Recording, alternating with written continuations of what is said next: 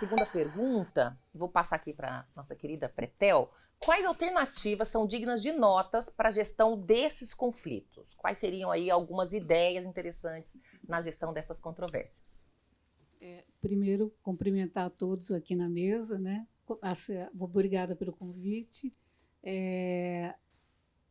O que eu posso falar para vocês é que a prevenção é sempre melhor. Então, hoje, eu acho que o momento que nós estamos vivendo é educar, né? É fazer com que as pessoas conheçam os métodos adequados de soluções de conflitos, para que eles possam se utilizar desses métodos dentro das suas propriedades.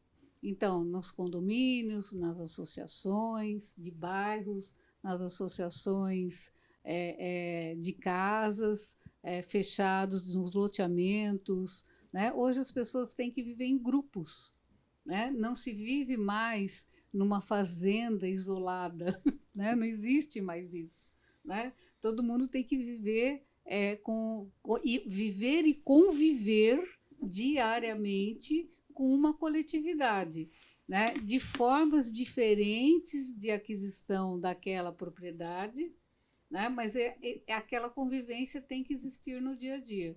Então, há uma mudança de paradigma que nós temos que dizer às pessoas que ela existe, né? E as pessoas ainda não conhecem como se utilizar desses métodos para soluções dos seus conflitos.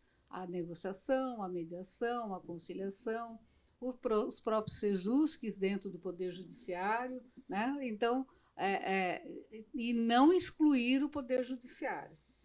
Quem tem que dizer isso a eles é o advogado. Nós estamos na casa do advogado. E o advogado ele tem que saber cada um deles para poder transmitir aos seus clientes qual é o método adequado de soluções de conflitos. E não excluir nós fazermos cada vez mais palestras, estudos e chegarmos até onde o povo está. Exato. Essa é a ideia. Muito importante. Então, os meios consensuais, né? Muitas vezes existe um conflito entre vizinhos, vizinhas, e mover demandas judiciais parece algo excessivo, né? Colocar muito esforço em algo que é mais pontual. Embora, como a professora Pretel falou, também, às vezes, é importante ter essa alternativa. E você, Ana Lívia, como é que você vê essa questão?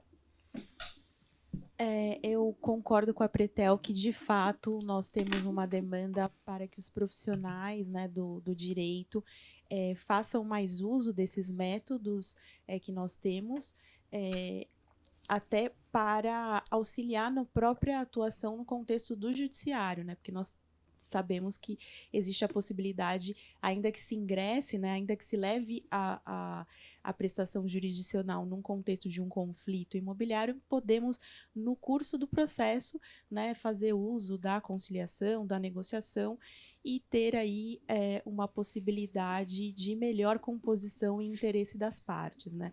Obviamente que o judiciário, ele entrega, enfim, resguarda direitos, mas nesse contexto, né, da negociação, da mediação, nós, por vezes, conseguimos trazer soluções mais céleres e também soluções que acabem se adequando de uma forma melhor ao interesse das partes. Muito bom.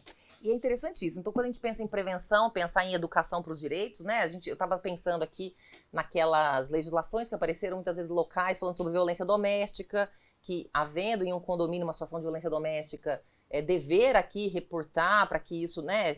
Essa fratura na vivência do condomínio pausada aqui por essa situação pautada pela violência seja, vamos dizer, reconhecida, denunciada e de alguma maneira enfrentada pelas pessoas que vivem naquele condomínio, né? A gente teve muitas vezes aquela ideia, entre marido e mulher não se mete a colher, e hoje em dia a gente evoluiu para dizer, não, a gente precisa sim reconhecer situações de violência. Então, acho que a educação para os direitos entra nessa linha preventiva, no sentido de que as pessoas possam realmente saber, né, as possibilidades, os limites das suas atuações, e também esse olhar mais aberto para os meios consensuais, enfim, até atuações em cartório. Nós vamos falar depois de uma recentíssima lei aqui de 2022, né, que trouxe aí realmente a Lei 14.382 de 2022, trouxe a possibilidade de atuar no cartório, assim como a gente já tem uso capião extrajudicial, a gente tem a via administrativa nas serventias extrajudiciais, então a gente tem realmente cada vez mais opções para advocacia, para as partes, claro, né? A Pretel falou muito bem, a Lívia também completou, que a ideia de encaminhar as pessoas para aquilo que se revele mais adequado, mais apropriado para lidar com os conflitos. Vamos então agora para a nossa terceira... Alguém mais quer comentar? Não? Tranquilo? Vamos para a nossa terceira questão, que até a professora Ana Lívia até já começou a falar um pouco. Quais são os benefícios de uma solução extrajudicial em detrimento de uma judicial? E o professor César vai começar. Olá, muito bom dia a todos, muito bom dia a todas, muito felicidade de poder fazer parte dessa mesa maravilhosa, na verdade enriquecer com várias presidências, né?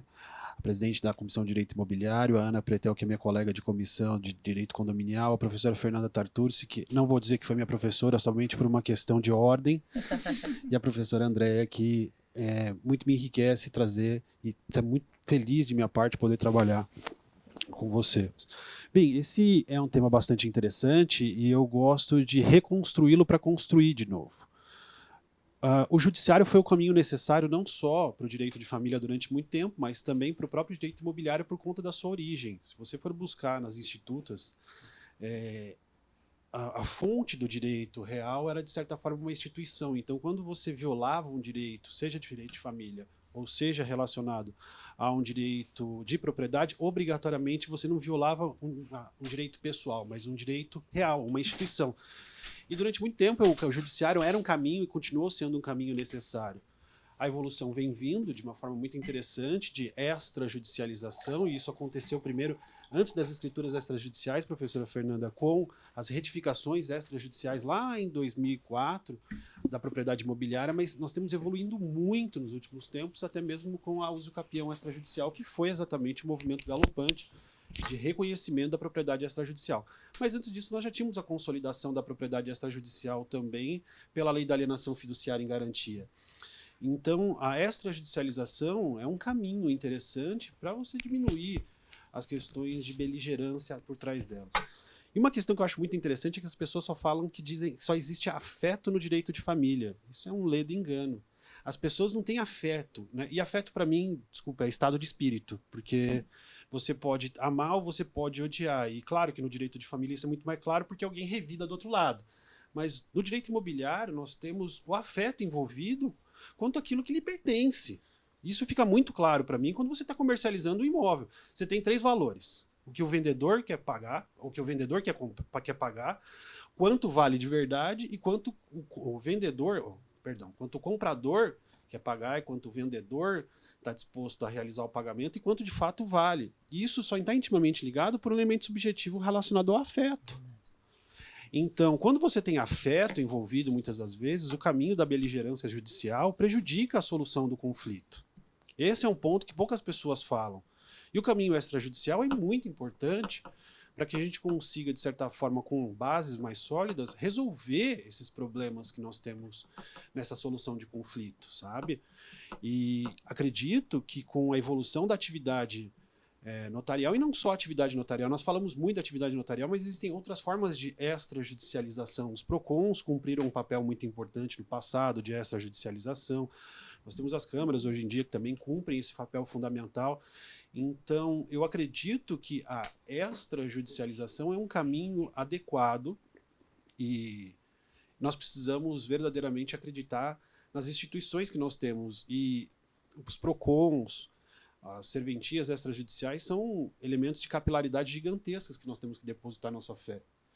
E os conflitos imobiliários, por envolver direito de propriedade, demoram anos e mais anos para suas respectivas soluções. E isso só enriquece ainda mais os problemas que nós temos. Então, basicamente, a extrajudicialização, para mim, é um caminho necessário, fundamental, para que a gente consiga solucionar melhor os nossos conflitos imobiliários. Perfeito.